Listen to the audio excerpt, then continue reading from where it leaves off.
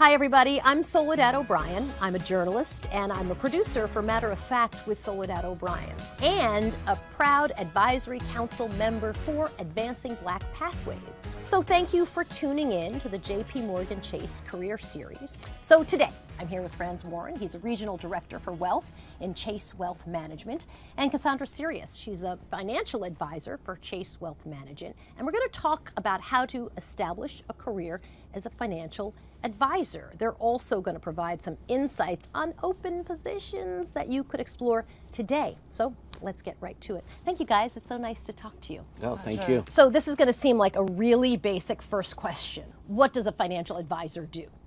Essentially, we work with clients and help them attain whatever goal they set forth. Generally, it's to whether it's retirement planning, education planning, or just making sure that their savings is efficient. We work with clients as far as making that happen for them.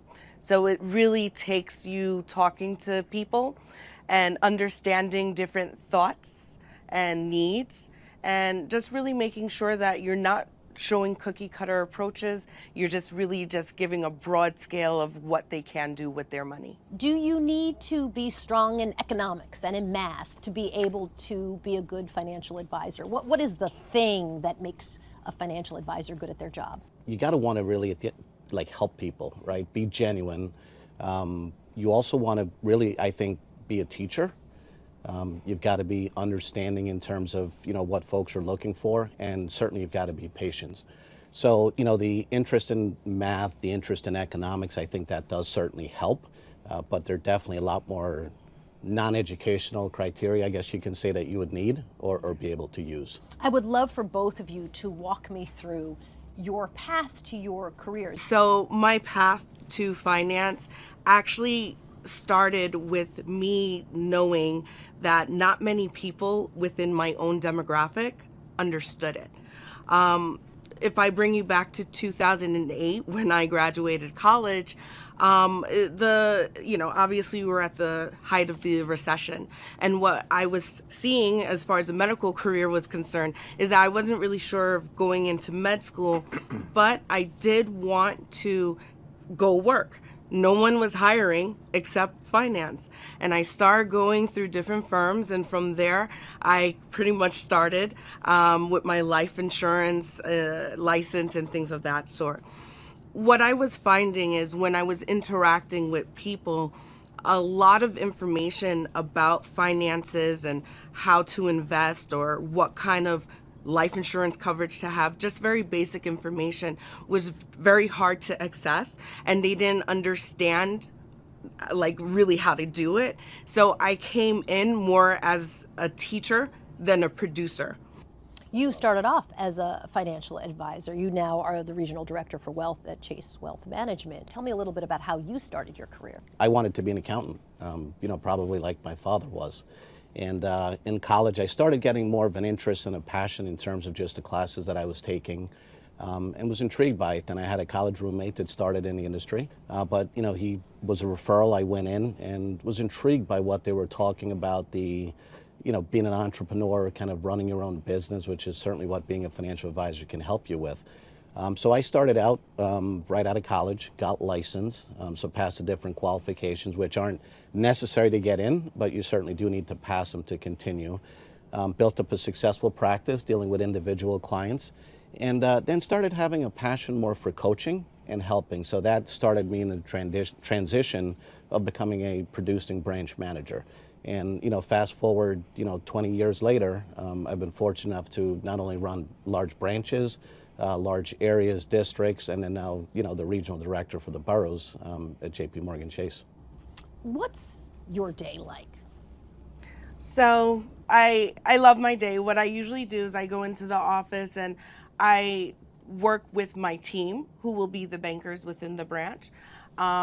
Essentially really understanding what's going on, getting a recap of what happened yesterday, and again, preparing for what we need to do today, in addition to reading and understanding what's going on, not only in the markets, but in the world too. I was going to ask you if you get up and have to read a whole bunch of newspapers, just because obviously all those things are going to move the markets, whatever's happening kind of in the news, which means it's going to land at your doorstep and your client's doorstep Right. in some way, shape, or form. Absolutely. Yeah, you had to like kind of keep up with what's going on in the world. And it's important because then it helps you kind of dissect and help a client understand. I always joke and say, listen, after I initiate your account, my job is to be your therapist. So how else can I talk a client off the ledge when they're seeing crazy market volatility if I don't really understand the purpose of it? So fortunately, like with JPMorgan and what Cassandra mentioned before, there's a lot of fantastic resources for someone to come in and really get comfortable with this industry, especially if they haven't had it before. You still need a passion. But what I've loved about this industry when I started in the early 90s to now is, you ask what's a day like? I can tell you in the 20-something years, there's probably no 2 days that are like. So it's great. I think often for young people, and for me, young is like 40 and under, but I often think a challenge is they're good at lots of things. They might say it, they have lots of things that they're passionate about. What would you advise someone as they're thinking about this as a career? So I think you've got to want to help people. So you got to be genuine there, and you've got to want to teach them. A You lot used of the what word we coach, which I thought was a great. Yeah, and a lot of what we do is actually teaching someone in terms of the fundamentals of investing. You've got to be coachable. So there's not one way that's going to help you. So you have to be open to listening and change as you navigate and ultimately grow your career. You've got to be a psychologist as well, and you've got to be able to talk to clients, understand them, and help them navigate this world. When you're dealing with a client and you need to explain what is a stock, what is a bond, things of that sort, they need to know that you know what you're talking about.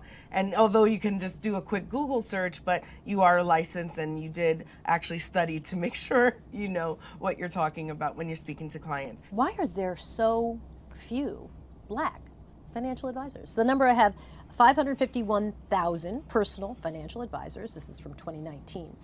82%, a little more, are white. 6.9% are Black. Why such low representation, do you think? Certainly this is an industry that if you're growing up, in most cases, in the 80s and 90s, you definitely weren't sitting at the dinner table and speaking about investments.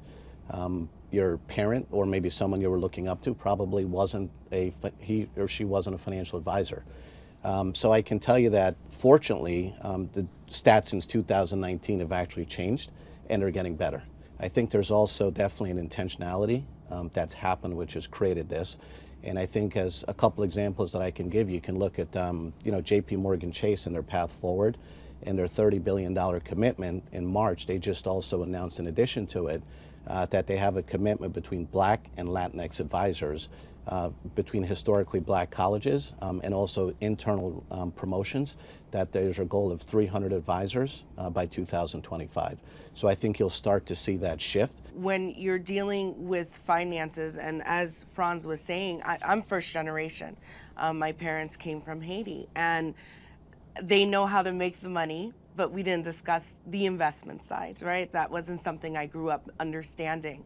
So there's a lot of preconceived notions when it comes to finance, a lot of stereotypes that come to finance. So when you are talking to someone who shares a similar experience to you, it's more comforting as far as having that conversation, as opposed to someone who you may think just from walking in, they won't really know your life or understand what you came from. There are jobs available. This is my favorite part of this conversation because I think for a lot of people, especially if you're watching on LinkedIn, you're really looking for employment opportunities or things to look into at the very least. Talk to me about the opportunities that are available now and what people should do should they be interested. I would say if you are thinking about being an advisor, do it because you have a passion to not only help people, but to implement a change overall. I think that if there's anything we've learned in the last year is that a lot of changes need to be made.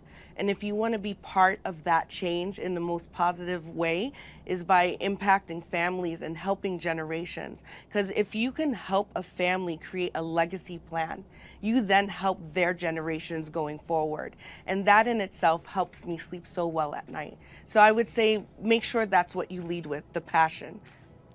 Thank you guys, Franz and Cassandra. I really appreciate it. Thank you for a really great discussion on building a career in financial advisement. Big thank you for tuning in to our series. It's brought to you by Advancing Black Pathways, and I'll see you at our next episode.